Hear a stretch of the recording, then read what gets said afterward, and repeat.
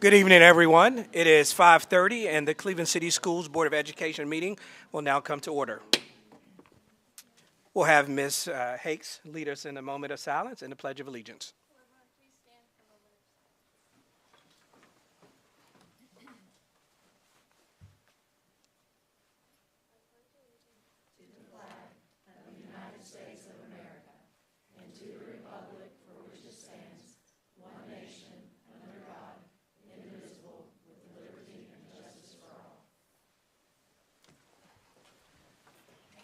Thank you, Ms. Hakes. I'd like to welcome Ms. Lynn Voles, Executive Director for BCPEF. Thanks for joining us tonight, and thank you for all the guests that are here tonight, and some of you are here because you're going to be honored, and we're looking forward to that. The Cleveland City School Board of Education is committed to providing a high-quality education to all students and to working collaboratively with the community to achieve this goal. As chairman for the Cleveland City Schools Board of Education, I'm committed to running an orderly meeting, running an efficient meeting, and treating everyone with respect. Board members will be provided equal voice for all matters, should communicate through the Director of Schools for addressing his staff. Here are a couple of reminders that we want to mention for parents and community. Board of Education policies can be found on the Cleveland City Schools website at clevelandschools.org. When there, simply click on District, Board of Education, and select Board Policies. Our meetings are not public forum. However, the board has made accommodations for a city resident, Cleveland City Schools employee, or parent guardian of a Cleveland City Schools student to address the board via a couple ways. Those ways being found in School Board Policy 1.404, which includes those options that I'm listing. Appearing before the board via a pre-meeting request or addressing the board on agenda items via same-day requests. Ms. Wheeler, do we have any public comments? We do not. We don't have any public comments, so the next item on the agenda is the consent agenda. Board members, is there anything on the consent agenda that you would like removed?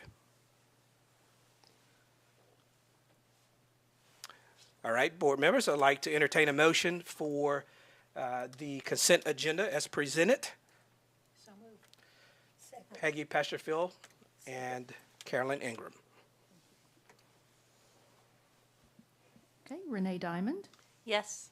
Matt Coleman, Yes. Carolyn Ingram, Yes. Andy Lay, Yes. Peggy Pesterfield, Yes. Jody Riggins, Yes. Nate Tucker. Yes. Motion passes. Thank you, Ms. Wheeler.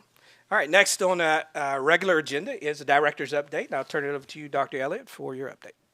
All right. Thank you, everyone. It's good to see a great group out tonight, and we'll go through just a few updates and then move on to our spotlight time. But last month was a very busy month for our board and locally here for a lot of us, and so we wanted to highlight a few of those things. And a couple of just shout-outs, first of all. I'd like to just thank our custodial services, SSC, for their support and our partnership. Last month, they were able to provide several of our teachers to clear their wish list that they had to get their rooms set up and started for the year, and went around and surprised some teachers, and so we appreciate that.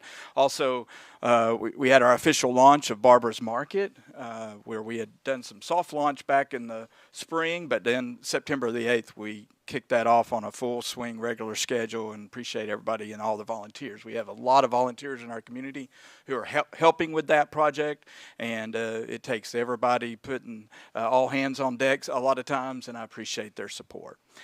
September the 10th and 11th, the BCPEF held their Lead Fellows Retreat. We had 5 of our teachers who participated in that, and that was held up at RT Lodge in the Maryville area, and I was able to go and share and lead in one of the sessions there. It was a great opportunity for our teachers, and teachers from Bradley County Schools also were there, and I appreciate BCPEF for supporting this and those individuals who help support this each year. We've done this for 4 years now, and it continues to be a strong leadership program. Cleveland City School Board met for a mini retreat at the BCPE office the day when we were headed to TSBA meeting. It's a Southeast Regional meeting over at Tyner, and then we went down there and had some updates from TSBA. Got some good information. Also, some recognitions were held there, and it was a good evening there. Had the opportunity to join the other superintendents across the state September the 14th through the 17th for several meetings on that week to talk about the issues that we're facing across the state of Tennessee. I'm sure you can imagine some of the topics, but some of those topics were around student behaviors, working through some of those, even early elementary behaviors. We focused in on some special ed needs that our teachers and our staff are facing across the state, along with several other academic goal setting and problem solving in those cases. So it was a good meeting, good to network with other superintendents. Our breakfast with the board, our monthly meeting, was held at Blythe Bower. A good opportunity. Thanks for Blythe Bower. They're going to be sharing here in a little bit. Certified staff and classified staff feedback sessions were held on October the 1st. We have a representative from each of our schools who come together and provide feedback. I meet with them along with Mr. Kaiser to hear what concerns they might have across their schools, but also our school district. We do that 2 times a year to get feedback from them.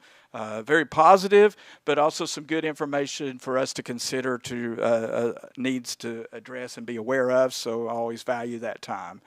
I was going to say thank you to Danielle Seals from the Chamber for organizing our senior interviews. October the 2nd, I had a great opportunity to be over there and see our seniors in action, interviewing them, and we have a great group of seniors out there and very impressive group, and I enjoyed that time there.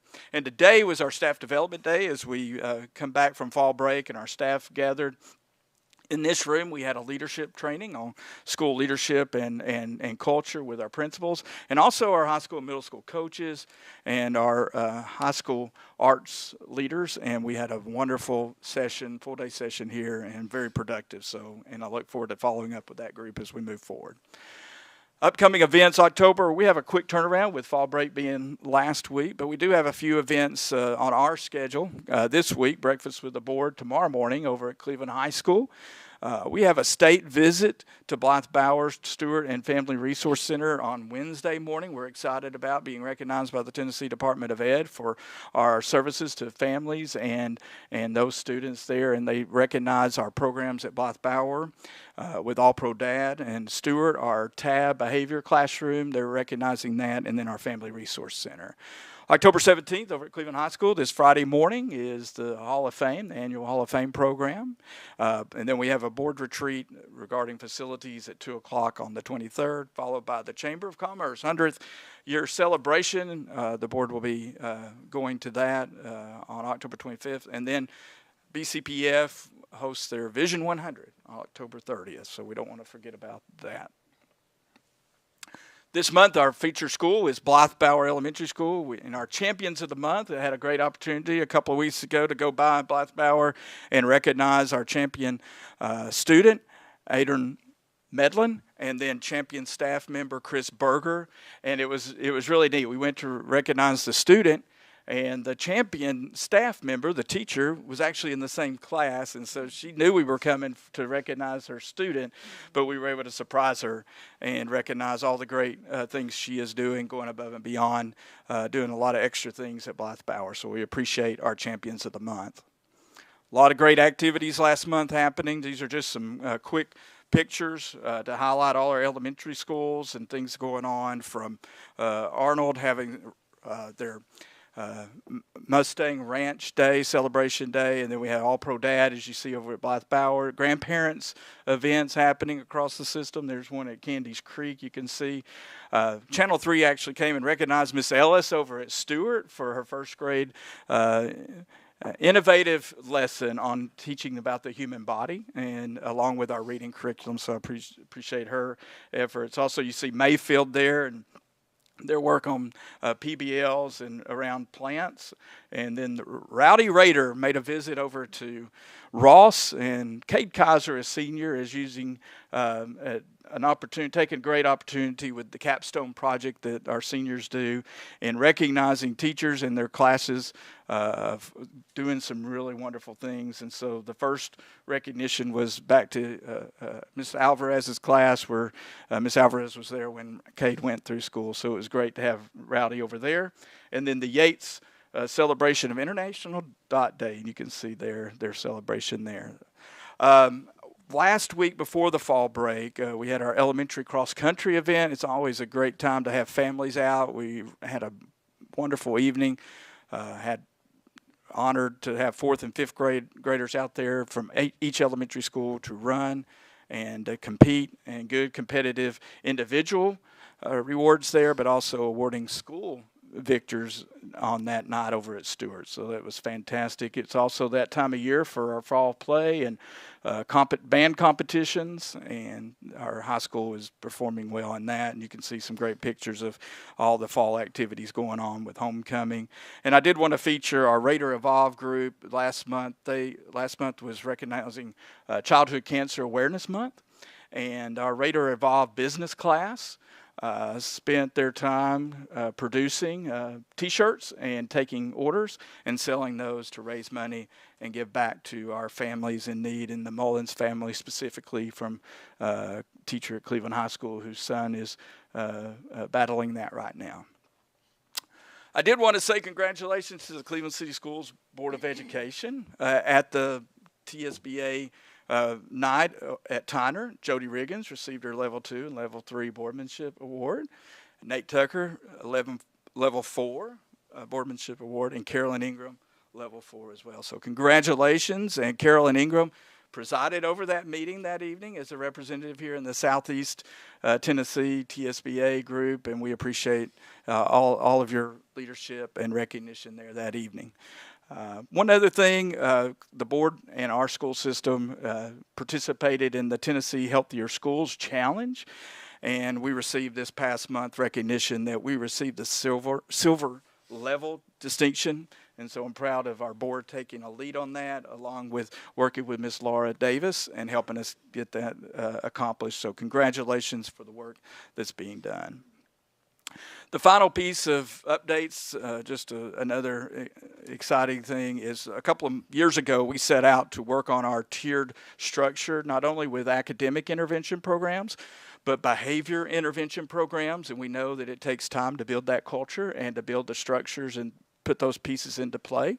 There's still work to be done, and we know that. But we did receive word a couple of weeks ago that the Tennessee Tiered Support Center is recognizing Cleveland City Schools as a Change Makers Award recipient this year for doing the work that we're doing across our school system in the work of interventions, along with instruction interventions, but also behavior interventions. And I appreciate the leadership of our principals, our teachers implementing a lot of the work, our counselors putting a lot of time and extra effort into that, and Dr. Alicia Cars over the last couple of years, who stepped into the role to take that leadership role. So congratulations to all our people for the hard work, and we'll continue to know that that is a focus area that we have to stay on top of. So congratulations.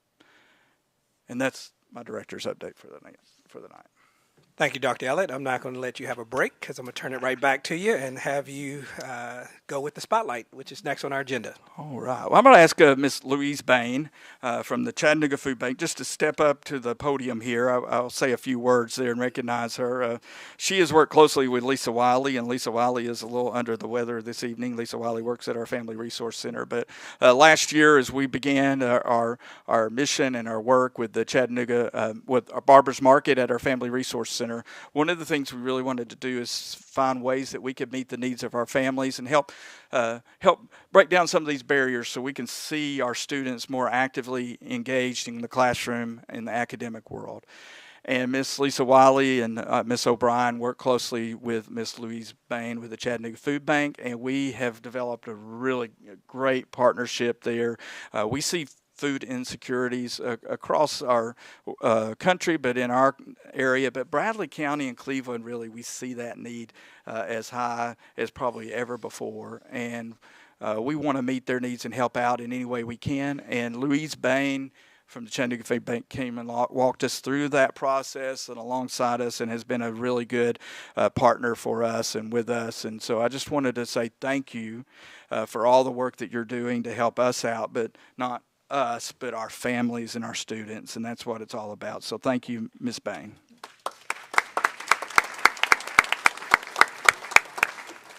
Yeah. And would you like to make a comment while you're there? I want to say you're very welcome and thank you for all the kind words. It has been a joy to work with first Lisa and then Autumn O'Brien to bring the Cleveland High School food pantry to fruition, and then to bring Barbara's Market to fruition. Everybody that I've met in the district is such a dedicated, passionate person that really wants to meet the needs of all the students in the community and their families, and that's important. Food insecurity in Bradley County and Cleveland continues to increase. There's about a 17% food insecurity rate with our children in Bradley County, so that's pretty high. I could talk about this all day, but I will not. But we just appreciate the dedication from our agency partners in Cleveland and also from the Cleveland School District to be able to help further the mission to feed everyone who is food insecure. And food is a basic human right, and we should never forget that. Thank you so much, Louise. We appreciate it. Next up for our spotlight recognition is the recognition of our AP scholars. And this is a highlight of our year at our board meetings to recognize all these students. So I'm going to ask Mr. Pritchard, principal at Cleveland High School, to join in sharing all the great accolades about these students. Feel like I'm practicing for Miss America, walking up in front of everybody all the way across the stage there. Not that I would ever be Miss America, but anyway. So excited to be here. One of the highlights of my life is getting to serve Cleveland High School and Cleveland City Schools as the principal of Cleveland High School. And the most important part of that and the funnest part of that is really our kids.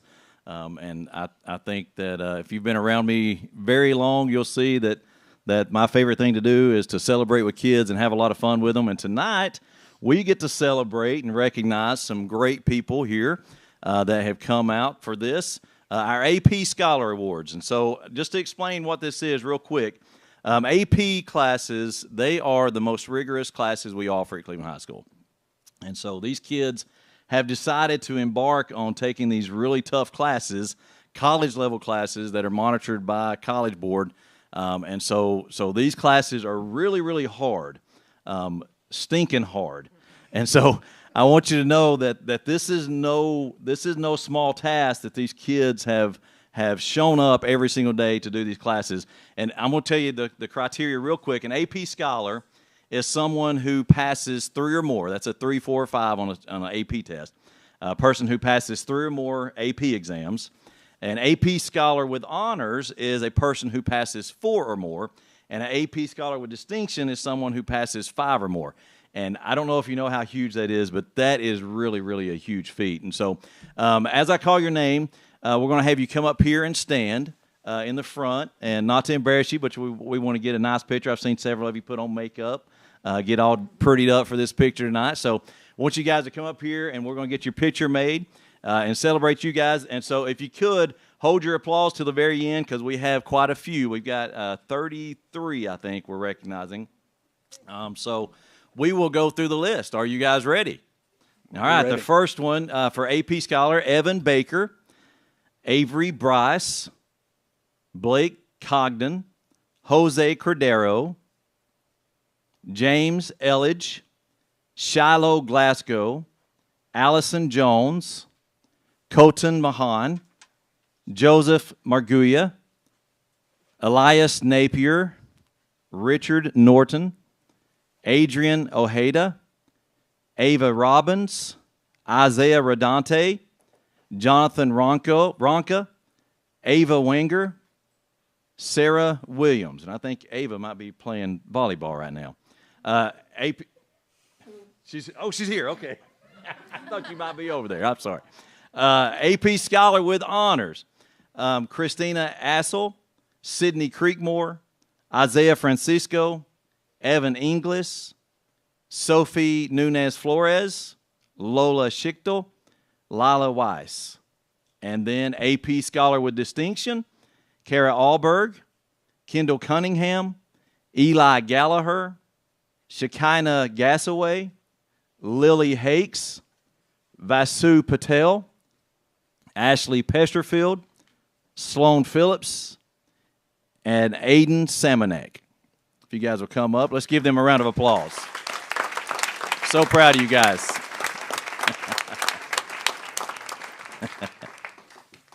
Thank you. All right, we're going to get a picture real quick, and it maybe close it in a little bit in between the walls of the. Yeah, let's do 2 lines. I think we're going to need to do 2 lines. So, Isaiah, if you'll slide behind these and let the front line come back. Taller students in the back. Yeah. Taller students in the back. Yeah. Great. Yeah.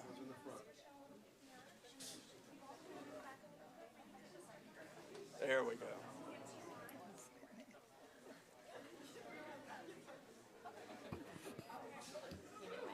She's in the white right there.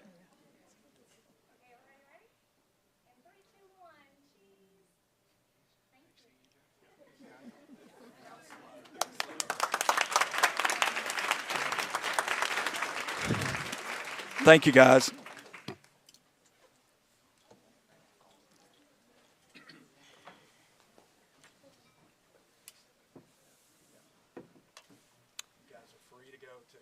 I have Guys are free to leave. a question. Yes. Are these all 5, like taking 5 and passing 5 in this semester, or throughout their Through high high school. school career? Yes, that makes sense. Yeah. Like 5. That's it. Impressive. Impressive. All right. As we transition, I'm going to ask Dr. Scarth to come up. And as part of our initiative, as I was mentioning earlier about tiered instruction and focus on behavior pieces, there was a piece there of leadership components also that we wanted to reach out over the last couple of years to help build the culture and capacity with our leadership and our staff members. And one of those opportunities that posed itself through the grant, that Stronger Connections grant we received, was offer the neurosequential model in education training. And Danielle Scarth was instrumental in helping us lead that initiative and that effort. And so I've asked her to come tonight and share a summary about that, and then make a few recognition opportunities here. Thank you. All right, so as child's behavior, like struggling to pay attention or getting easily frustrated, is often a direct response to how their brain has developed over time. And so all of our early experiences, both positive and adverse, shape our brains. And so the neurosequential model in education was developed as a tool to help equip educators to better navigate those developmental paths. So it was developed by Dr. Bruce Perry. If you haven't heard his name before, he's one of the top names in childhood trauma. He's a psychiatrist and a neuroscientist, and he developed this as a way of supporting students. So this modality is all based on brain development, how our brains respond to stress, and it's all viewed through the brain science lens. Oh, the didn't show up over there, but it's supposed to say, why does it work? It works because it aligns what we know about best practices in education with what we know about how the brain functions and develops over time. It's evidence-based. We know that when we marry trauma-informed practices with brain development and functioning, we can set our students up for success and help them be successful in situations where they might not otherwise be. It's also very flexible. We can use it for all age bands and all different settings. And it's a preventative measure because it helps us kind of pinpoint the root cause of behavior and work to cushion those students in those situations, which enables us to kind of mitigate the risk of explosive behavior. All right, so I think a picture is worth 1,000 words, and this explains it better than I ever could. So this picture that you see is a picture of a brain. It's the same brain, just all different angles of it. And you'll see there's just a couple spots on there that turned bright red. So this brain is a typical brain of someone who has not experienced any trauma in their life. And they were asked mundane questions like, what color is the sky? What does a fork do? Things that shouldn't, under any circumstance, elicit any kind of emotion. So you'll see in this brain, it really didn't, right? There's only a couple spots of their brain that are lit up. The next picture I'm going to show you is of someone who experienced significant trauma. And you will notice that this brain is significantly lit up when asked those same questions. What color is the sky? What does a fork do? And so this is what we're seeing in the classroom with explosive behaviors, is students who have these emotional responses in times when they really shouldn't, or they don't know how to navigate those feelings. So what the NME model does is it teaches us the tools to use for those students in those situations. So the training is a very intensive 14-month course to become certified, and it's extremely rigorous, and I don't say that lightly. I'm sure all the participants would agree that it's a very heavy lift. It's not something you can do while multitasking, even folding your laundry, because you have to be very in tune to what's going on to be able to grasp all the scientific content that's being thrown at you. So the participants did book studies. We met monthly, and they had to do monthly modules, group projects, and presentations. So I'm very proud of this cohort that just finished this training, so I'm honored to recognize them today. So when I call your name, if you can come up and grab your certificate. Jessica Bingham, Kim Bradford, Mindy Kaiser,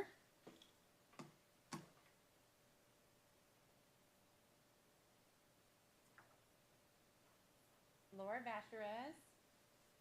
Can they sit down, Dr. Elliott, or would you like a picture? Okay. Nice try, Jessica. And Casey Price could not be here with us today, but he also completed the training.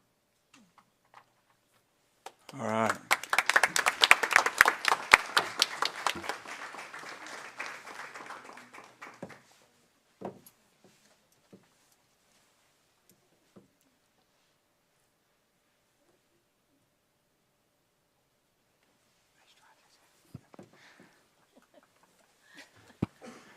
Thank you. I started doing some of that module, and I wasn't able to complete it, but as I was looking at it and seeing it, it is a lot of work, and I will attest to that, and I appreciate our leaders there taking the time to be committed to seeing that through to completion, so congratulations. Our final spotlight on the agenda tonight is our school spotlight, and this month is Blythe Bower Elementary School, and Dr. Barnes, the principal there, is going to come and share a few highlights about what's going on at Blythe Bower. Good evening, school board. Appreciate you guys allowing me to be here and to brag on our school just a little bit. You guys were with us a couple of weeks ago, so you've heard a lot of this stuff before, but I wanted to make sure that the public heard some of these great things that are going on as well. Just some highlights of things that are going on at our school currently as we've kicked off this school year. One of our big initiatives is we've been trying to partner with families to just get our kids reading more at home, and it's stressing the importance of what that looks like. So at our open house recently, we kicked off our Pause for Pages reading initiative, which we're really just encouraging families to read for 20 minutes a night with their child. We've created an online form where they just document that time, and then we're offering various incentives kind of throughout the semester for individuals, classrooms, and then grade levels for students who are reading at home. Over fall break, I pulled some preliminary numbers today, and we've had over 2,000 minutes read during fall break, so that's exciting that kids were doing a little bit of reading on their time off from school. Secondly, we hosted a Tennessee STEM Innovation Network a couple of weeks ago, and guests from Claxton Elementary School. As part of our STEM designation, we get to be a mentor school to other schools in the state who are going through the STEM designation process, and so we were fortunate enough to host a group from Claxton Elementary. Ms. Tammy Dale kind of led that initiative, but great feedback from our guests that day. They got to see all the great things that are happening at Blythe Bower related to STEM and other things as well, and they were very complimentary, and I've been emailing with the principal back and forth. We've been sharing some ideas, so it's very productive and healthy relationship there with Claxton. We had our first All-Pro Dad Breakfast right before fall break, and we were kind of blown away, as we are every year. We had 258 participants. We had 120 dads and 138 kids, so very, very exciting. Up until this year, we had just done Blythe Bower All-Pro Dad Breakfast, and to be quite honest, it was hard to accommodate because our theater was full. People were standing along the wall, and we were running out of food. And so this year we divided it up. We have a K2 All-Pro Dad Day and a 3-5 All-Pro Dad Day, and both days were packed out. So we've just been really blessed with participation from our dads on All-Pro Dad Day. Our chess club started a couple weeks before fall break, and they're running 25 members strong. They're looking at joining some state competitions this year. Our Terra Kids Running Club has started up with 35 participants, and they are rocking and rolling and training for a race here at the end of October. And then finally, an initiative that we are starting this year with our 5th grade boys is Tie Tuesdays. So once a month, we're going to dress up in 5th grade, and we're going to wear ties, and we're going to work on just etiquette for gentlemen and how to be a good citizen. Eventually, we'll expand it to the ladies, but we're starting small and seeing how this goes first. But I'd like to give some kudos to the Kiwanis Club. They did a tie drive for us and have collected ties so that we have enough ties for all 65 of our 5th grade boys. So we're excited to kick that off here in just a few weeks. Just a couple of highlights of things that are going on, some pictures for you to see. These are mainly 5th grade things that are happening, but Beta Club is hot and heavy training and getting ready for their state convention, which is coming up at the end of November, right before Thanksgiving. So we've got about 17 students that we'll take to Nashville in November to compete at the state level.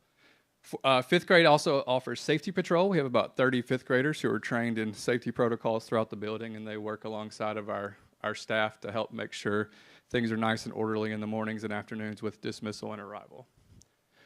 Thanks to the Ladies Auxiliary for coming out and training our flag crew. We have a group of 5th graders who raise and lower our flag each day. They came and taught them on flag etiquette and how to fold the flag, so that was a memorable experience for those students. And they're very meticulous about folding the flag. Do not get in their way because they will shoo you away and make sure they're doing it right. And then we have our 4th and 5th grade choir who are getting ready for their holiday concerts coming up in a couple months. One thing I wanted to point out is a field trip that we took this past May with our 4th grade students, a couple of our 4th grade students, about 14 actually. Miss Chris Berger came to me with an idea probably last year about this time and said, I want to take 4th graders to Williamsburg and Jamestown, and my head exploded. And then she started putting it all on paper and explaining what that looked like. And she made it happen. And thank you to BCPEF for finding funding for that trip. And thank you to you guys for approving that. But it was a tremendous experience. You've heard Chris talk to you guys about it, but the kids learned a lot, and the adults learned a lot as well. Last year was our first year to compete in Science Olympiad at the state level. Miss Christy Dolan took a group of students to UTC to compete, and in our first year, we came away with 7 state medalists with a couple of first places in there, so we were excited. We just thought we were going to test the waters year one and see how it would go, but we ended up having medalists, so that was exciting, and something that we will continue this year as well. Just some more 5th grade highlights from Mr. Colston. He talked to you guys when you visited us, but he's got the chess club rolling. He's working on a 5th grade careers field trip. We're trying to expose all of our grade levels to different careers throughout their time at Blythe Bower and making sure they realize and see kind of all the opportunities that are out there in the community for them career-wise. So 5th grade's kind of our culminating activity where they do some bigger field trips to see some of the opportunities that are available in our community for careers after high school. And then finally, this year, we went away from our traditional house system. If you're familiar with the house system, it's to build family within your school. And we were just having a hard time making that work because of our size. So we decided to focus more on 4 habits and making sure our students are well-versed in what these 4 habits look like. We can make every behavior and activity and thing that we do at our school fit in one of our 4 C's, which is caring, commitment, courage, and control.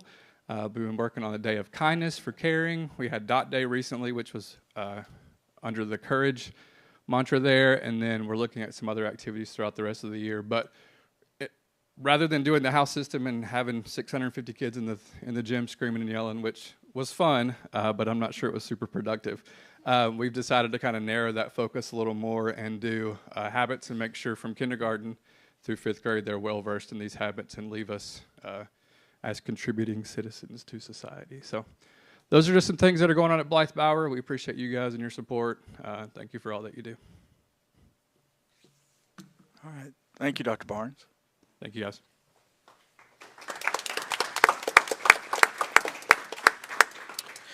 All right, next on our agenda, we have first reading of policies, and this will be a short agenda item because we don't have any. So we'll move to the next agenda item, which is strategic plan focus. Yeah, this month, as we continue to focus on areas of our strategic plan, our monthly update is focused on the academics. So I've asked Ms. Bender and Dr. Lang. Ms. Bender focused on elementary world, I know, and Dr. Lang in the area of secondary. And so they are teamed up tonight to come and share highlights about what's going on in the academic world. Hello, and thank you for having us tonight. Dr. Lang and I were challenged to tell you very briefly all of the wonderful things that were happening in academics, and that was really, really hard. So we decided that we would let the students tell you some of the things that were going on. Dr. Elliott did an activity with us where we took the 3 words that we are really focused on this year: educate, innovate, and elevate. And he asked the administrators and the leadership team to talk about what represented that one word in their building and how they would describe it. So we took all of the answers that all of the leadership team and administrative team gave during that activity, and we have found pictures that go with most of those activities. But we thought you really needed to hear from the experts and who we really do all this for. So we're going to start with the word educate, and I have invited my friends Reed and Joel, and they will introduce themselves, and they are from Stewart, to talk to you a little bit about educate. Tell them who you are. Hello, I am Joel. Hello, I'm Reed. And we are 5th graders at Stewart Elementary. We want to share how our school, as one of the 7 elementary schools, educates students every day. At Stewart, learning isn't just about one classroom or learning space. Our school helps to educate our hearts, our bodies, and our minds. Our school teaches us how to care for others and be leaders through things like capturing kids' hearts in our lead-worthy families. These families gives us sense of belonging and help us practice leadership skills we will need to be job-ready and life-ready, mostly just good humans. We are also a very diverse school with students from many different backgrounds and with many different ways of learning. We celebrate all the things that make us who we are and who we have the potential to be. We also learn social-emotional skills like handling our emotions, solving problems, and building friendships. Opportunities like our school musical and our Bulldog TV teaches teamwork, confidence, and courage. We also educate our bodies in PE and our physical activity time. We get to move, play, and try new challenges. Special events like the color run and celebration of movement make fitness fun and unforgettable. Our school knows that being active keeps us happy, healthy, and ready to learn. Of course, we also educate our minds. Stewart is a proud STEM school, so we experience a lot of projects based on learning with science, technology, engineering, and math focus. We experience on and off campus field trips and do creative hands-on activities that make learning come alive. Our teachers go above and beyond every day. Our classrooms actually become bat caves, hospitals, and science experiment labs. If you can dream it, we can do it. Our teachers use strong instructions and are creative, finding ways to make sure every student learns, and with the help of interventionists, every student gets what they need to keep growing and achieving. So when we say our school and all of our schools educate, it's the heart, the body, and the mind.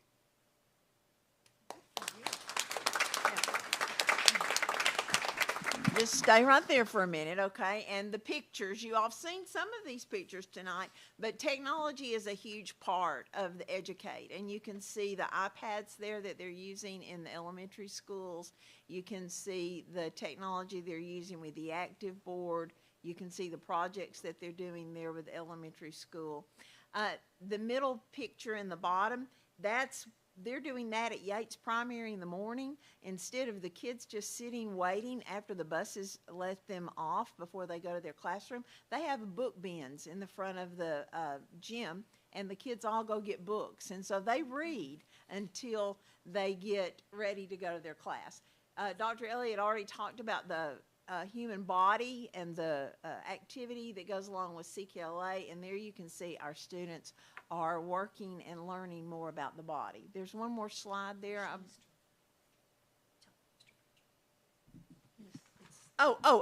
Go. Sorry, Cody. Go right back. One more. I don't want to leave Bob Pritchard out.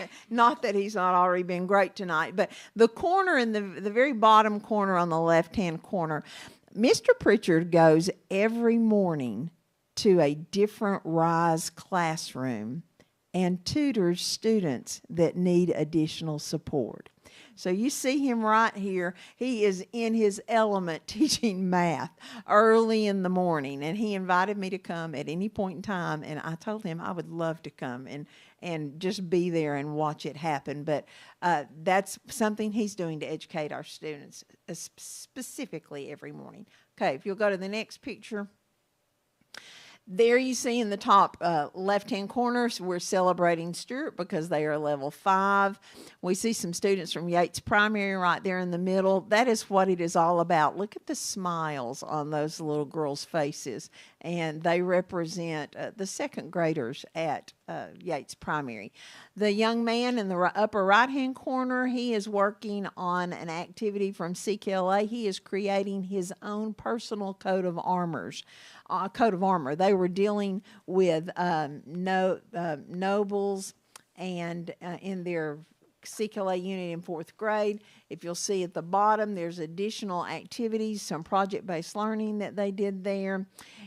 In the middle picture there, that is at the STEM lab at Candies Creek. They are there with Mr. Rogers. And then they're also doing a project with the surfs there in CKLA in 4th grade. So that's Educate.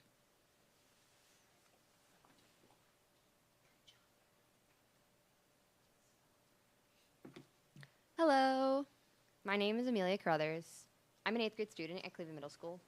I would like to share with you how Cleveland City Schools embodies the word elevate. Cleveland City Schools provides many opportunities for students. At the high school level, students can take CTE, and AP classes. In middle school, we have access to CTE, honors courses, and a wide variety of related arts. At the elementary school, students are introduced to STEM and problem-based learning, which helps prepare them for the future. Our districts also invest in our teachers. Teachers observe and learn from each other, and they attend professional development sessions, many of which are led by our own teachers. This collaboration helps our teachers become the best they can be, which elevates us all as students. We also like to celebrate both teachers and students, from pep rallies to house parties and other celebrations.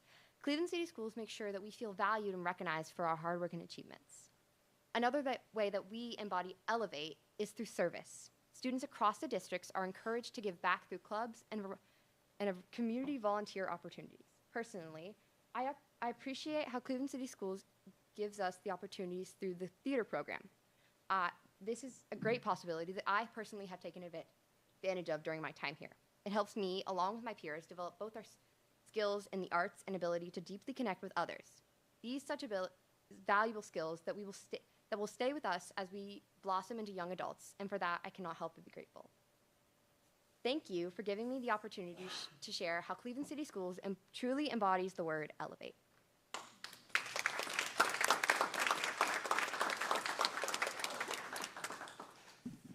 Thank you, Amelia. We appreciate that.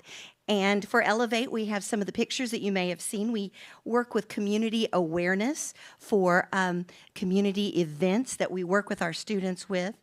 We recognize our teachers. We have student leaders that we elevate our students with in Cleveland City Schools.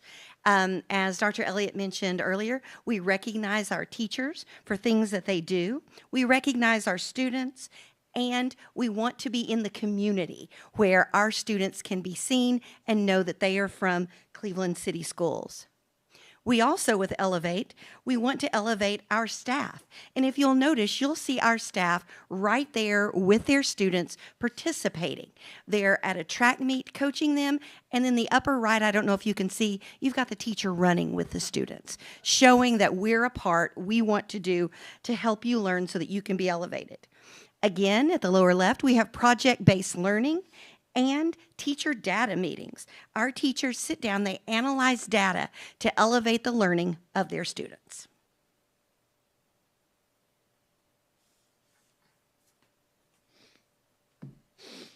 Hello, my name is Sloan Bolaños, and I'm a senior at Cleveland High School. I'd just like to share how Cleveland City Schools is innovative. So, artificial intelligence is a topic that is discussed in many education circles. Cleveland City Schools is embracing this innovation in training our teachers to use artificial intelligence, such as Magic School, to create engaging, personalized lesson for students. We also strive to provide other innovative technologies to our students, such as STEM and CTE programs. Our students utilize cutting-edge video production labs and are even building an airplane through our Tango Flight program. We have an authentic ambulance replica that gives students hands-on experience in health science careers. Our culinary arts program serves the community by catering events throughout Cleveland. We also operate in our very own in-house manufacturing business called the Raider Trader, where students design and sell custom products. Cleveland City Schools encourages leadership, creativity, and service, from volunteering to at Barber's Market to participating in programs that allow students to graduate with an associate's degree from Cleveland State Community College. I know that my time at Cleveland City Schools has allowed me to be innovative in many ways. For instance, last year in my English 4 dual enrollment class, my teacher actually taught us how to properly use AI in our essays while still maintaining that integrity that we need. So Cleveland City Schools has truly given me the opportunity to learn, lead, and innovate, preparing me for a successful future. Thank you.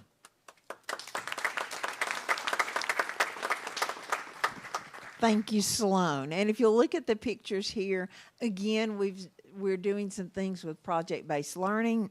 In the middle, it's the house celebration services that we have at some of the elementary schools. Again, there's another project-based learning on the right-hand upper corner. The bottom, you've already heard from Dr. Elliott talking about Kate Kaiser's project. And in this, you see Rowdy and the student athletes from Cleveland High School that went to celebrate with the 3rd grade class at Ross. In the middle, you see one of our 5th grade teachers using all of those science manipulatives that Dr. Lang made sure we had. You can see she's got her little science goggles on, and she was burning things up and blowing things up, and the kids were having a blast. They were loving it. The bottom right-hand corner, you see the STEM lab at Candice Creek, and they were showing me how to run a 3D printer. No. One more slide, I believe, Cody. There, okay. This one I'm really proud of. The upper right-hand corner is the Raider Reading Roadshow. It's our book bus, but it took a lot of work to get there. So if you look at the left-hand corner, the upper left-hand, we were very innovative because we had to have kids that wanted to work and people that had a vision for that bus. And that is the class from Cleveland Middle School. They did all of the renovating work there. If you see the bottom middle picture there, they are painting the shelves that went into the bus, and we couldn't thank the RBA class at the middle school enough for doing that for us. The middle picture at the top, you heard them talk about that at Cleveland High School. That was the SHIRT project they did for childhood cancer awareness. The very bottom picture on the left-hand side, that is Ross students, and they were doing some innovative work and experiments and hands-on learning with math, and they were doing place value. And then there's another project that students were working on in one of the elementary schools in project-based learning. So there's lots of active engagement going on in Cleveland City Schools in the academic department, and we just wanted to share with you a snapshot of all the great things we get to see each and every day when we're in the buildings. All right. Thank you to Ms. Bender and Dr. Lang. Thank you to the students who presented. Great job sharing that. And thank you to their parents. Oh, would you, Mindy Kaiser we want a picture of these students. Oh, you want to take a picture on the way out? We'll get one out there We'll in just get a one minute. outside. Maybe Ms. Kaiser will get Ms. one Kaiser for you all, wanted to get a okay? picture. But before that, anybody have any questions? Okay. Thank you. Oh, there's so much good stuff going on. Yeah, it's very exciting. It is we're so very fortunate to have teachers that are so committed to these students and students that just love learning. It's just really good stuff. All right. Our next agenda item is the TISA plan presentation, and that is related to our state TISA plan that every year now, before November 1st, we need to review our plan and then update that plan to go along with the 3 major goal areas that the state submits for us to do, and that is under the area of reading for 3rd grade and then ELA as a system and math as a system. So I've asked Dr. Lang and Ms. Bender to share that process there. As Dr. Elliott said, board members, this is the TISA plan is the next item on the agenda, and I wanted to make sure you understood that this is a voting item. Okay, as Dr. Elliott has already said, this is the Tennessee Investment in Student Achievement Plan. It is something we are required to do every year. And so we have a plan that we are submitting to you tonight, and we will go over it briefly. We know you've had the opportunity to look at it, but we will just hit the high points for you. Goal number 1 is required by the State Department, and thank you very much.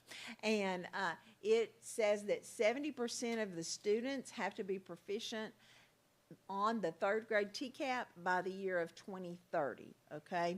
And so that is our goal. We will continue to shoot for that goal and to work very, very hard to achieve it. Our goal last year was 42.5%, and we did not meet our goals.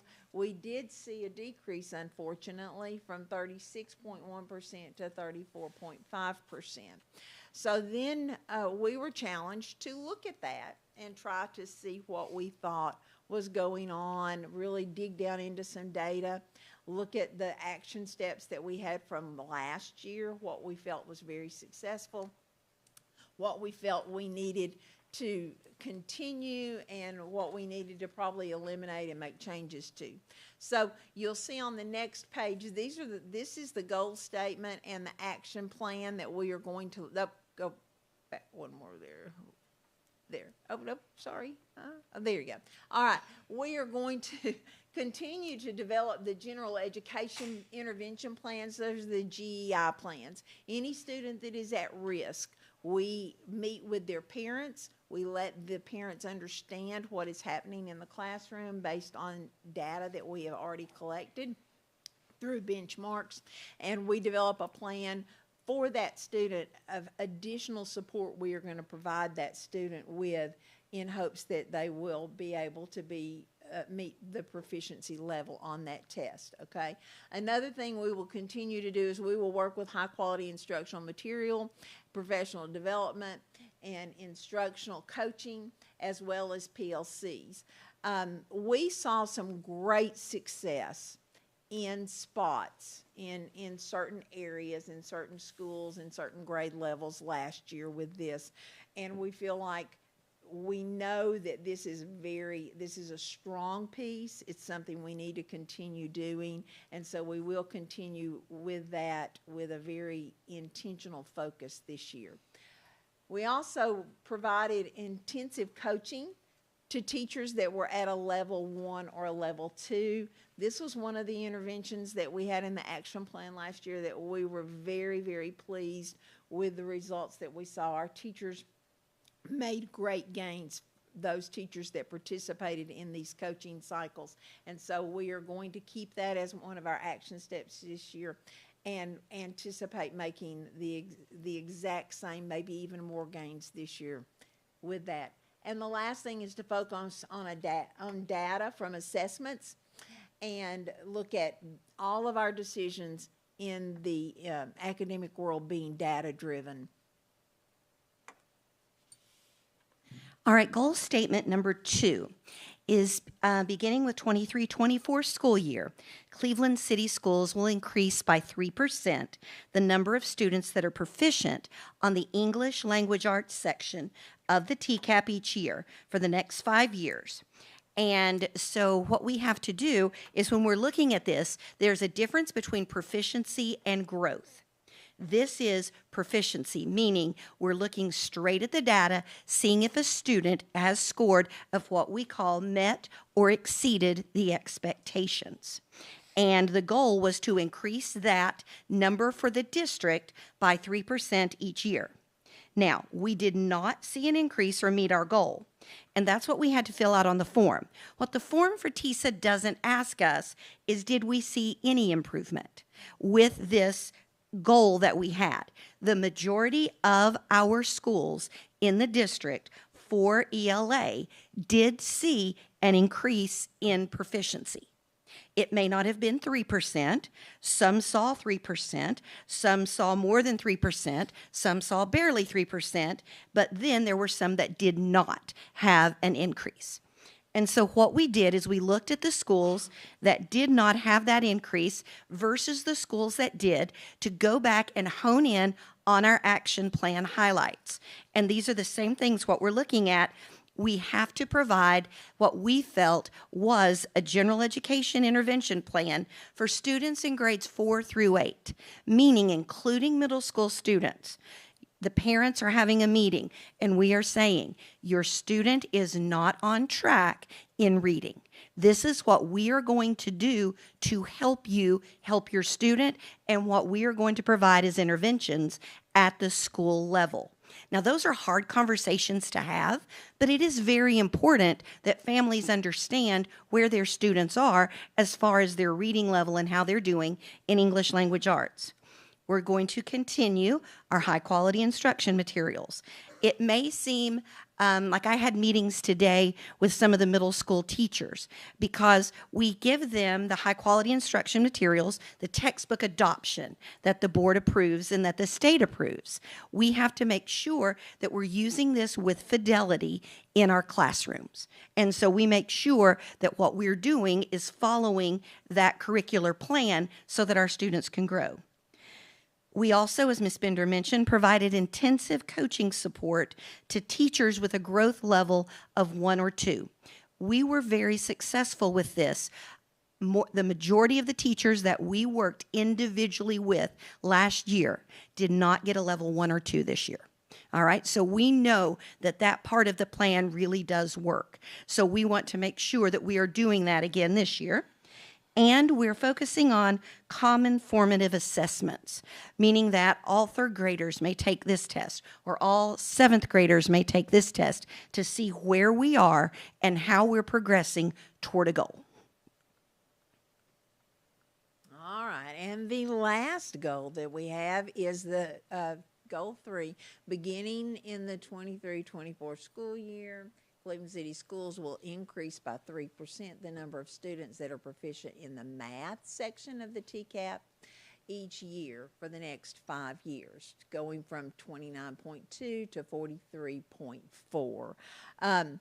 Our goal was to achieve 32.1, and we just barely didn't make it. We were 31.2. So we saw growth, but we didn't hit the target, okay? And so we went back again, as Dr. Lang said, and looked at what we were doing.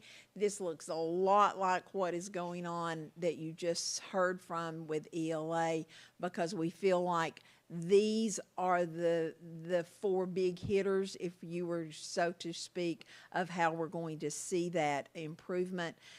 We do provide high quality instructional material, and we will definitely be providing more professional development to make sure that we are using those materials with fidelity.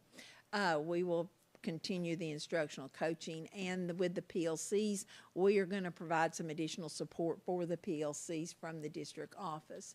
We're providing, again, intensive coaching, and Dr. Lang's already said it, and I said it as well. We know this is a proven a strong intervention that is proven to be very successful for us. So we will continue that. We will focus on the data and on assessments and we will work on data-driven decision making. And the last thing is we will do common formative assessments for all grade levels across the district in making decisions for the curriculum and instruction. An integral part of this plan that we are required to do through the State Department is to put this plan out for public feedback. And so Ms. King put this on our website with a form for the public to be able to look at this plan and to give us any public feedback.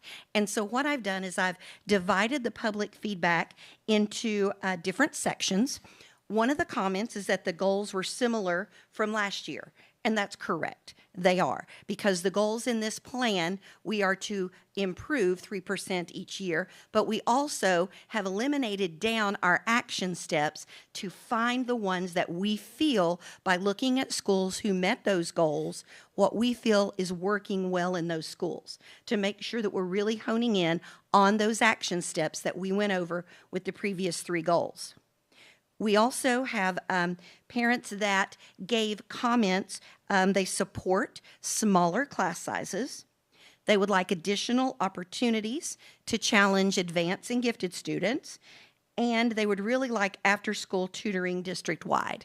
As you know, there's been a discussion with the board here about, we had after-school tutoring whenever it was something that was subsidized and provided the money from the state. That no longer is there, so we have grants for about 3 of our schools that they are getting that grant to provide some after-school tutoring. But as far as the monies coming from the state, those are no longer available for after-school tutoring. The next part of the parent comments dealt with students with disabilities. The parents felt, we've received some comments about standardized testing was very hard for students with disabilities, especially students who had autism, and that these students with disabilities needed more assistance. So I've taken the full breadth of those comments and given those to Dr. Stone in our disabilities office so that he can look at that and see what we can do to address these parent feedback. We also had one comment that we really appreciated, and I put that at the end, but it is, thank you for everything that you do for our students.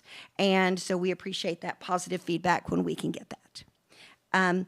This plan, as Chairman Tucker mentioned, must be approved by the school board.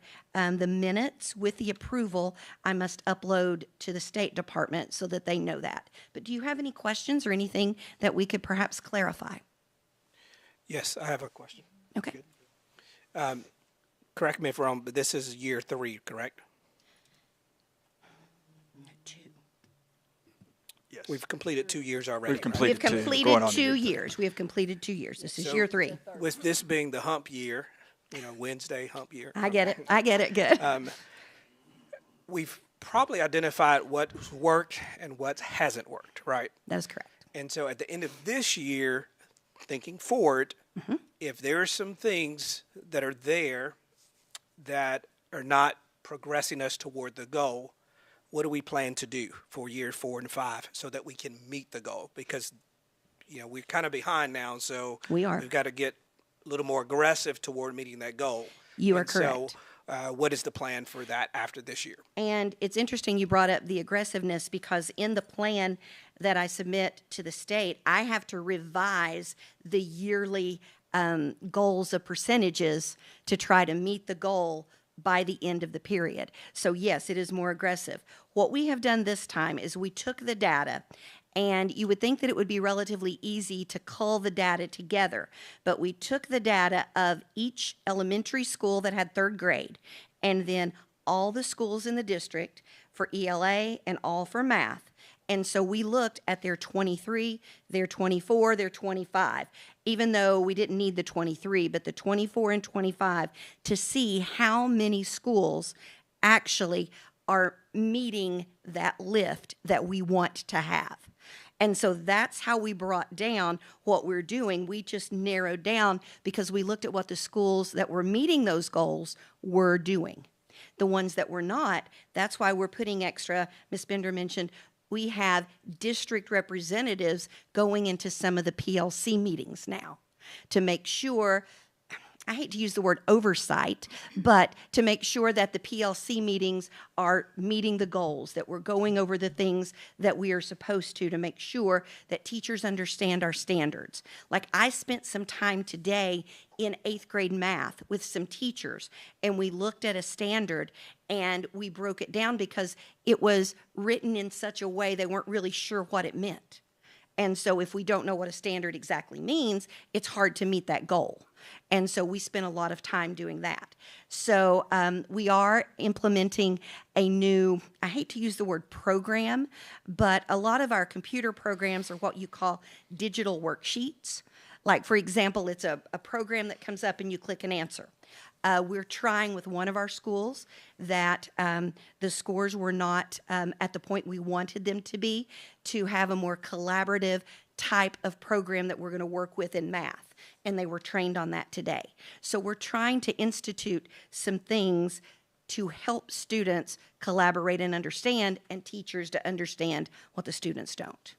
So a follow-up question is in regards to how are we measuring in the year? Mm-hmm. There is some benchmark testing, right? Yes, we have benchmark and then common formative assessments. Okay, so where are we at this year already since we're past the fall break? All right. What we have is they have had 1 or 2 common formative assessments.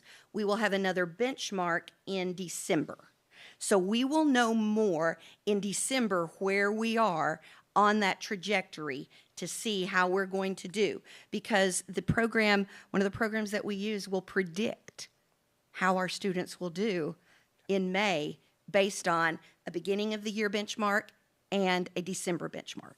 We did see when we reviewed the benchmark data from the very first assessment that they gave at the very beginning of the year, we saw that our students were higher, scoring higher, a percentage higher than they did last year at the same time.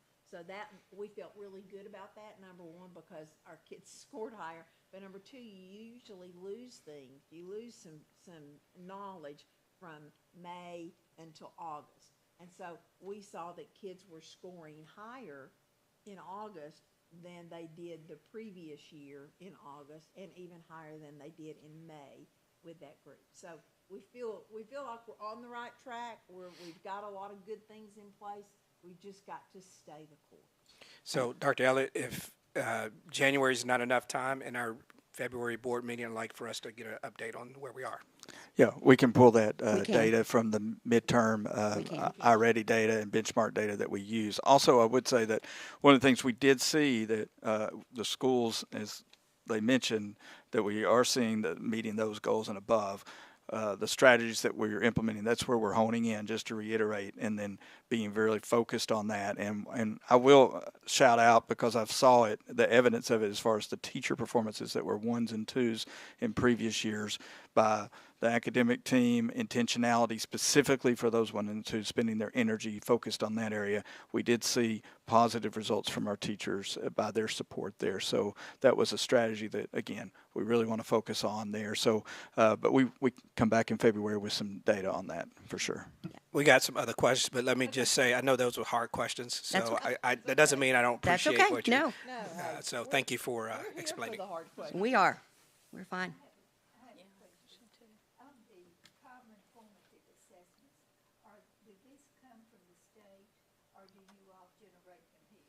We have to generate them locally. The state does not provide them, but the state does provide released TCAP items. And so we're encouraging our teachers as they get together, like today they were together in grade level cohort groups. So like all 4th grade teachers were together, and they were working on a common formative assessment for English and math. And we're asking them to use released items from the TCAP test. And if there aren't enough released items, we're asking them to recreate an item in the same fashion as the released items from the test. And when are these given? They are given at different times. At the middle school, the group I was talking to today, they were doing it after what we would call a unit.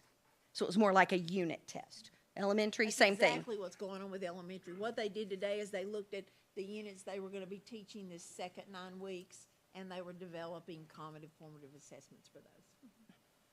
Okay.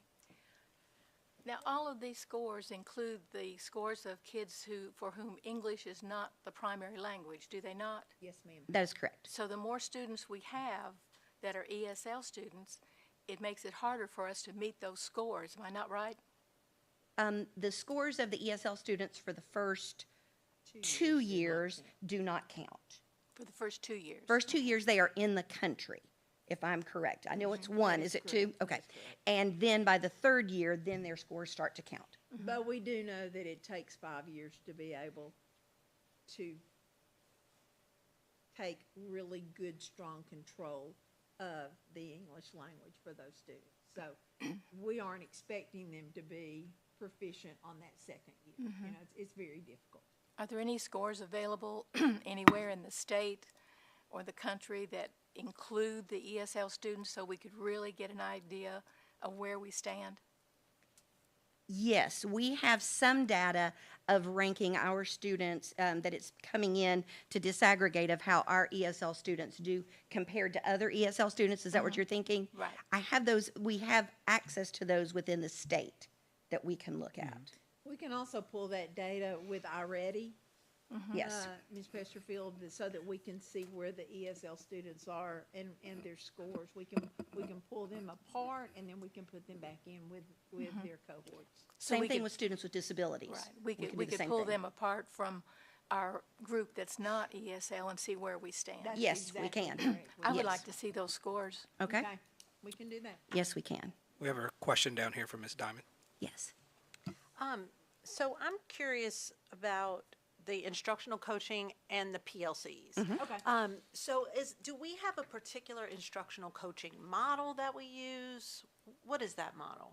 Yes, we use the Gym Night model. That's what most of the coaches have been trained on.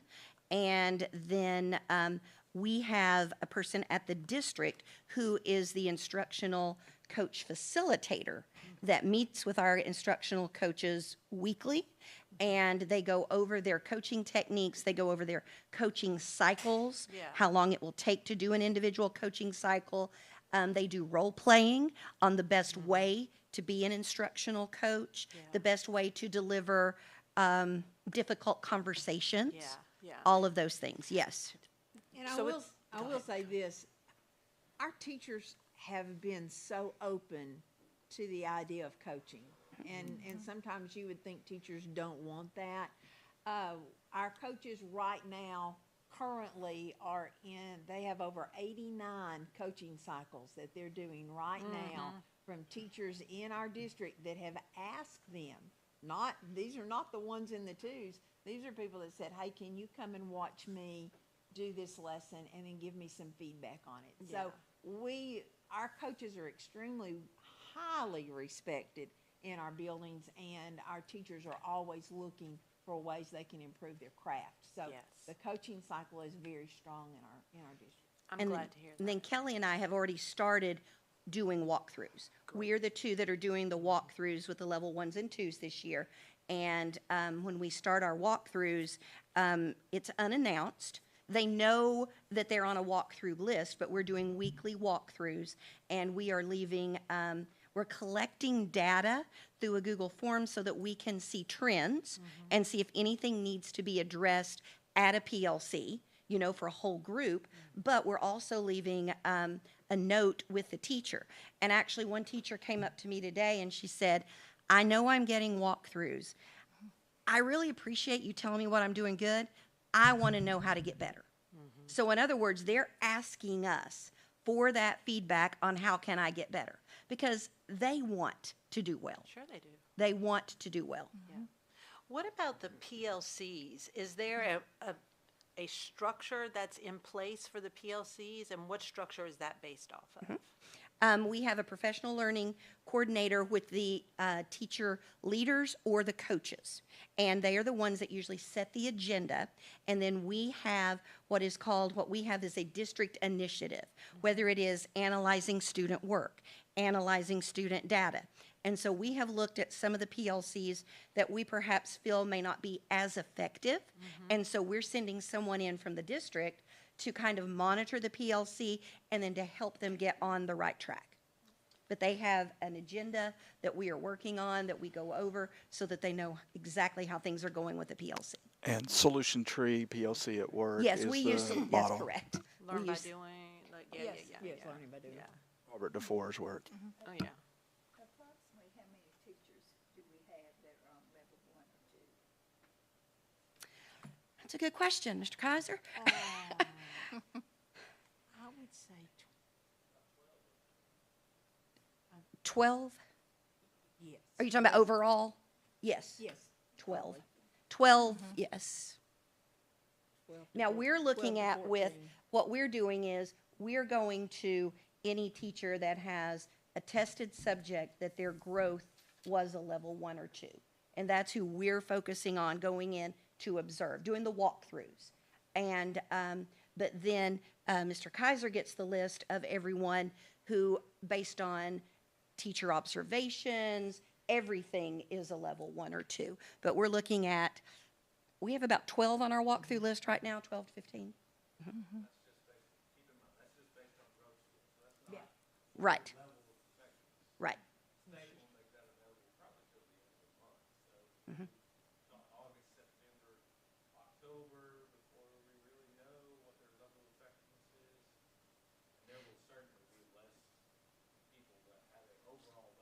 Mhm.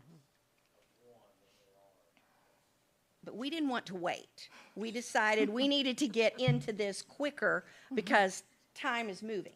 We're already through to fall break. We didn't want to wait to start our walkthroughs. And so Dr. Elliott and Mr. Kaiser said, please, go start. What about K-1? How do you determine what supports they need? Most of the time, that's by principal recommendation or by one of their coaches. The great thing about the elementary coaches, they're there in their building. They're with them every day. They meet with them on a regular basis every week to do lesson internalization with the lessons that they're preparing. And so they know, and the teachers will say, will you come and help me do this? So most of the time, if a principal, we are available for principals to call us if they want us to do a walkthrough. But a lot of times in kindergarten and first grade, they handle that in-house because there's a coach in each building that can do a walkthrough. There's a principal, there's an assistant principal that can do a walkthrough. And then we're available for them to call us and say, hey, this is what we're thinking. You know, what do you think? You know, got any other ideas, or would you mind just coming down here and walking through and seeing? By the end of the year last year, we had teachers emailing us and saying, I'm having trouble doing this and this. Can you walk through and give me some suggestions? And we're like, yes, we would love to. We would love to. What is our percent of ESL students, and is it getting smaller? I think our number is pretty steady where it was last year. Yes, Duncan, yes. is Ms. Duncan in here? I don't see her. I don't think she's here, But I but think our we're number, pretty I think steady. we're pretty steady. they're What is they're that? very similar to what it was last year, and it's at we're at about around 20%. 20% of our students are ESL students? Yes, ma'am. Okay. But they don't compare us when they're looking at scores. They don't compare us with students with 20%, do they? Now, what we did is we looked at some preliminary data I looked at with Ms. Duncan about our ESL students that have been here 4, 5, and Yeah. 6 years. Right. They were helping our scores. Yeah, they do. They were helping. But, you know, that Yeah. year 1, 2, 3, I mean, that's It's 1, 2, hard. 3 years. Yeah. Yeah, if you haven't been in the country and exposed to the language. Right, right. Okay. Any other questions? All right. Then we need to vote. Y'all are Okay, doing a so good our- For your job. support, we appreciate it. So no further questions. I bring this as a proposal to approve the TISA plan for 2025-2026 school years as presented with these 3 goals. Board members, we have this TISA plan presented. I'd like to entertain a motion for the plan that's presented. I have Matthew Coleman, Jody Riggins, a second. Ms. Wheeler, call the vote. Matt Coleman. Yes. Carolyn Ingram. Yes. Andy Lay, Yes. Peggy Pesterfield, Yes. Jody Riggins, Yes. Nate Tucker, Yes. Renee Diamond. Yes. Motion passes. Thank you. Thank you. Next item on the agenda is student representatives update, and we'll turn to Ms. Hakes for her update. Hello, I'm Lily, and this is the September-October update from Cleveland High School.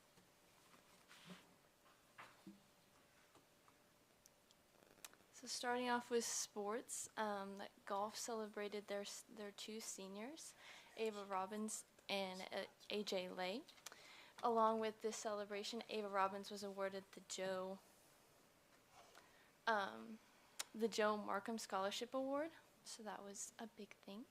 And girls soccer also celebrated their talented seniors this month, and their team continues to play well. Cross country also has an eventful season, placing first in the Woodland Park race, and on the 28th they will compete in their regionals for a chance to qualify for the state race. Continuing, football has an eventful month with their homecoming game being on the 26th of last month, playing against Tyner, followed directly by crosstown rival Bradley, and then senior night to come later this month. Volleyball has a victorious season with many reasons to celebrate, one being senior gunning Brock with 1,200 career kills. Additionally, they celebrated their senior night as well with Gunny Brock and Manny McKinney. And homecoming, to celebrate homecoming week, Cleveland had various dress-up days, including construction and royalty, as the pictures show, and a group of students was elected by their class to represent their grade in the homecoming court. This year's homecoming king and queen are Baraka Degwa and Charlotte Dowdy. Theater, as they have said, put on their fall play of The Lion, the Witch, and the Wardrobe. And also this week they are holding auditions for their annual class playoffs, which are student-directed one-acts.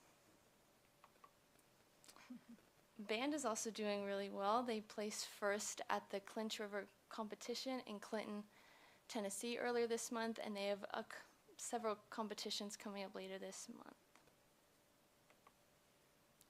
Also in the arts is excelling right now. Junior Harper Hale has been selected to be a part of the East Tennessee Vocal Association All-State East Choir. So that's a big to-do, so that's great. And the EAA, the Environmental Awareness Association, gathered on the first day of fall break to clean over a mile of Mouse Creek and surrounding areas. In collaboration with the Cleveland City Storm Water Division, they removed 24 trash bags full of trash, a tire, car parts, a metal bed frame, and so much more. And as they said earlier, we had senior interviews. CTE seniors had the opportunity to practice their interview skills with the various members from the Chamber of Commerce, so that was a good experience to get some practice in. And as they've said, childhood cancer awareness, that was a big thing last month. They made t-shirts, they sold so many things to raise money for childhood cancer awareness and the Mullins family, and we raised over $4,000 last month, so it's very good on us. And we collaborated with the 24/7 movement and ATS The Bridge and other schools in the county before the Cleveland and Bradley game to promote healthy and safe choices. And later this month for Halloween, we are hosting the 3rd annual Trunk or Treat on Monday, October 27th from 6 to 8 p.m. Also, this year they're having a pumpkin carving contest that helps benefit the CHS dance team. This past month, a group of Cleveland students participated in the Lee University Constitution Bowl. Proudly, we can say that Cleveland was the only public school and only school in our county to earn a top spot in the top 10. And now for the cell phone update, I've spoken with principals, and so they gave me some numbers based on discipline records of this year and this past year. So 2024, at this point last year, there were 59 suspended students. That number has gone down to 33 this year. And fights, there were 18 last year at this point, and now there's only been 2 so far this year. So we're making a lot of progress. Total of 196 phones have been taken. So, yes, and that is my update. Thank you. Thank you, Ms. Hakes. Do we have any questions for Ms. Hakes? All right, before we move to the next agenda item, I do want to say thank you to the Hakes family for sticking in here with us. She brings her sister and mom with us, and it's great to have you guys with us. Next item on the agenda is facilities update, and I'll turn over to.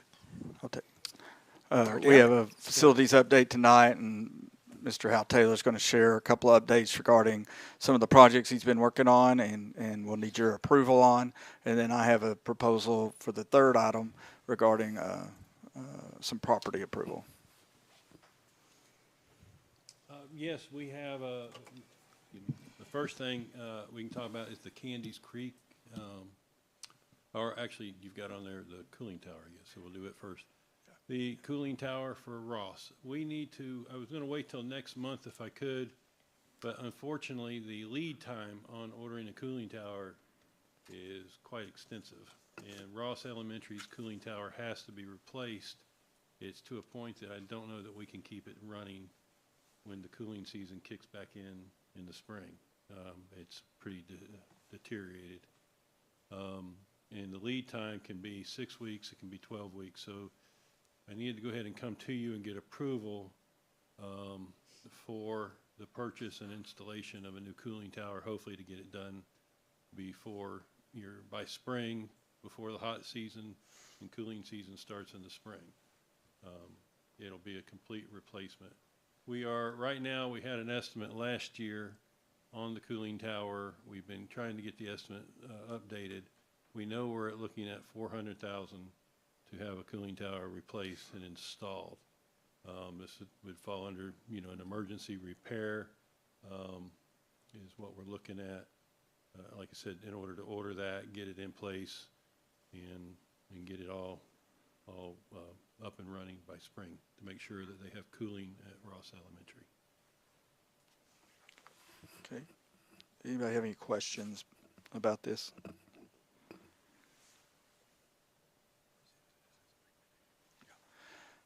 Okay. If not, then this is a recommendation to approve the Ross Elementary cooling tower, the purchase of that, so we can move on that timeline as Mr. Taylor spoke about. All right, board members, we have Ross Elementary cooling tower as a recommendation from Director of Schools. I'd like to entertain a motion. I make a motion. Renee Diamond made the motion. Do we have a second? Carolyn Ingram, second. Ms. Wheeler, please call the vote. Peggy Pesterfield, Yes. Jody Riggins, Yes. Nate Tucker, Yes. Renee Diamond, Yes. Matt Coleman, Carolyn Ingram, Andy Lay. Motion passes. All right. Second item.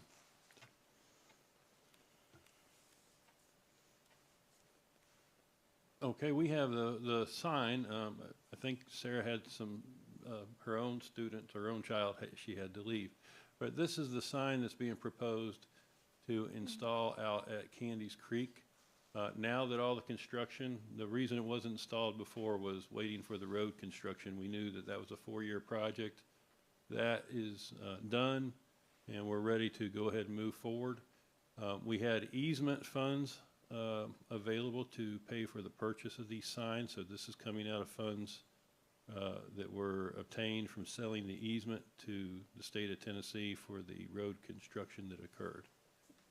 So the city actually has control of those funds, and this would come out of those funds that were given for the easement. We're looking at around $8,000. There will be some electrical work and so forth done. So that's where we are with the cost of this sign. You can see it was voted on at the W.C. Norman Farm back before the school was ever built. That was agreed upon by the school board that that would be included, much like what we did at the middle school. Anybody have any questions?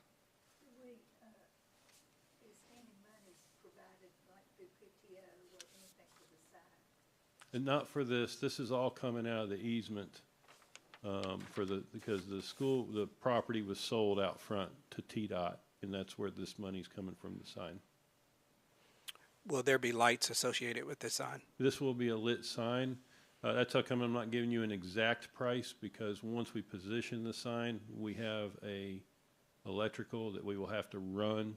We'll do that in-house as much as possible. And so that cost, I don't have an exact cost on the electrical for you. But So it'll be in there. is the sign external lights or internal lights? Internal. Internal. Thank you. So the proposal here tonight is to approve the sign project to be installed at Candies Creek, Cherokee, using the funds that we had from the easement funds. Yeah. All right, board members, we got a recommendation from Director of Schools to accept this recommendation for the Candies Creek Cherokee Elementary sign as presented. Carolyn Ingram. Second. Peggy Pastorfield, second. Ms. Wheeler, call the vote.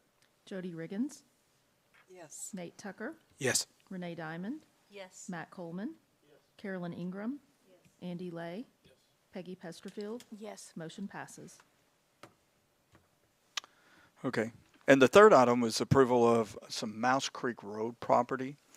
A few weeks ago, it came to my attention that the 920 Mouse Creek Road property adjacent to Yates Primary School was a potential to be purchased and going to be put up for sale. So the property's proximity to, of course, existing Ross, Yates, and our CCS annex intrigued me to bring that to you guys and to share that possibility of acquisition for the future district use. So since first sharing that information with you, I've worked with Mr. Brian Wortman, with Mr. Taylor there, to facilitate an agreement with Cleveland City Schools to purchase this property.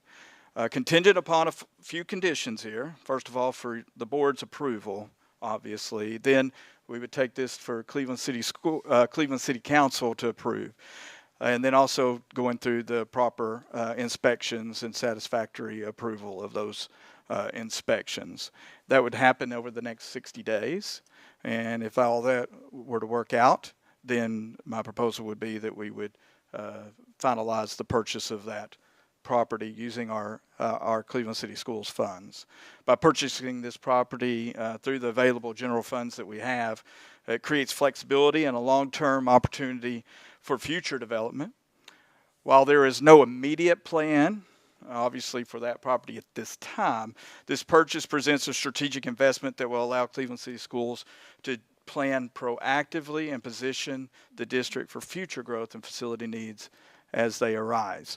And so with that opportunity coming up and that opportunity to purchase this property is before us at this time, then my proposal is that we bring that to approve tonight. The amount that we were talking about is $475,000.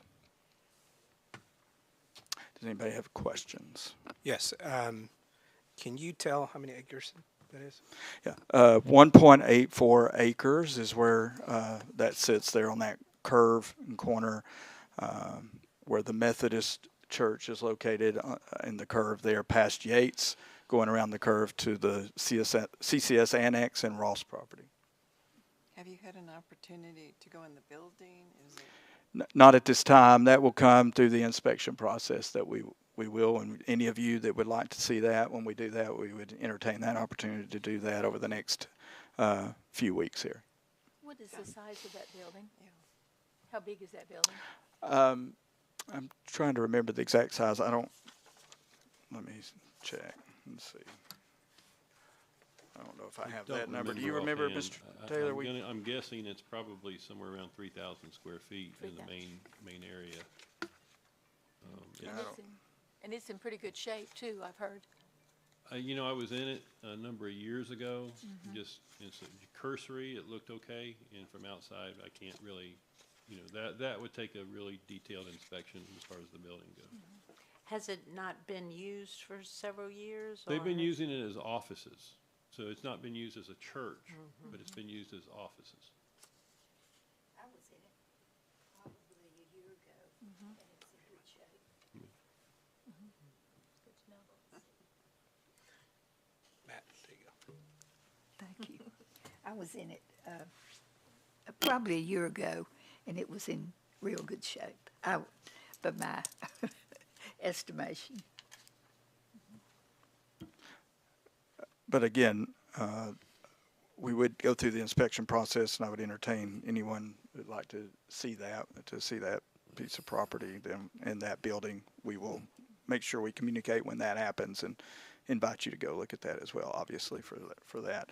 The one step of that is for approval by the board. Then the next step, obviously, would be taking this for the city council to explore, and then during that time period for the inspection process to occur. Not a question, but a comment. I would say that considering our property surrounds this land here, this probably should be a no-brainer, so we don't have a situation like we did at Candy's Creek. So. Okay. All right. So the proposal I have then for you is that Cleveland City Schools Board of Education approve this purchase of the property contingent on the items that I mentioned earlier, the inspections, also city council approval, and completion of all those required inspections, and through the due diligence of looking at that, then I ask for the board to approve the purchase of this for $475,000. Board members, we have a proposal as stated, and this particular reading that Dr. Elliott provided will also be put in the minutes. So I would like to entertain a motion for his proposal for this property. Matthew Coleman and Jody Riggins. Ms. Wheeler, call the vote. Nate Tucker, Yes. Renee Diamond, Yes. Matt Coleman, Carolyn Ingram, Andy Lay, Peggy Pesterfield, Yes. Jody Riggins. Yes. Motion passes. Okay, thank you. That's our facilities update for the evening. Okay, Andy, did you have anything that you wanted to say? Okay, we'll move on to the next agenda item, legislative updates. Ms. Ingram, do you have anything for us?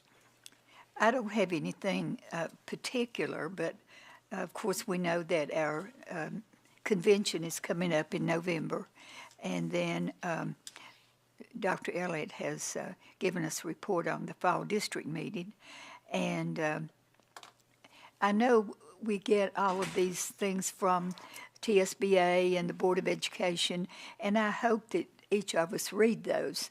If there's anything that's significant, we'll bring it to you, but it's pretty much common things that I don't need to bring our attention to it if you read it. Thank you, Ms. Ingram. Now, when I've mentioned you, Ms. Hakes, I failed to mention the other person sitting here. Do you want to introduce that person? Yes, that is my Nana, Sheila. She's come here to visit me over fall break and stay with me for 2 weeks. She's from Florida, so she came a long way to come see me. So, Thanks for joining us. All right, it's 7:07, and the Cleveland City Schools Board of Education will be considered adjourned.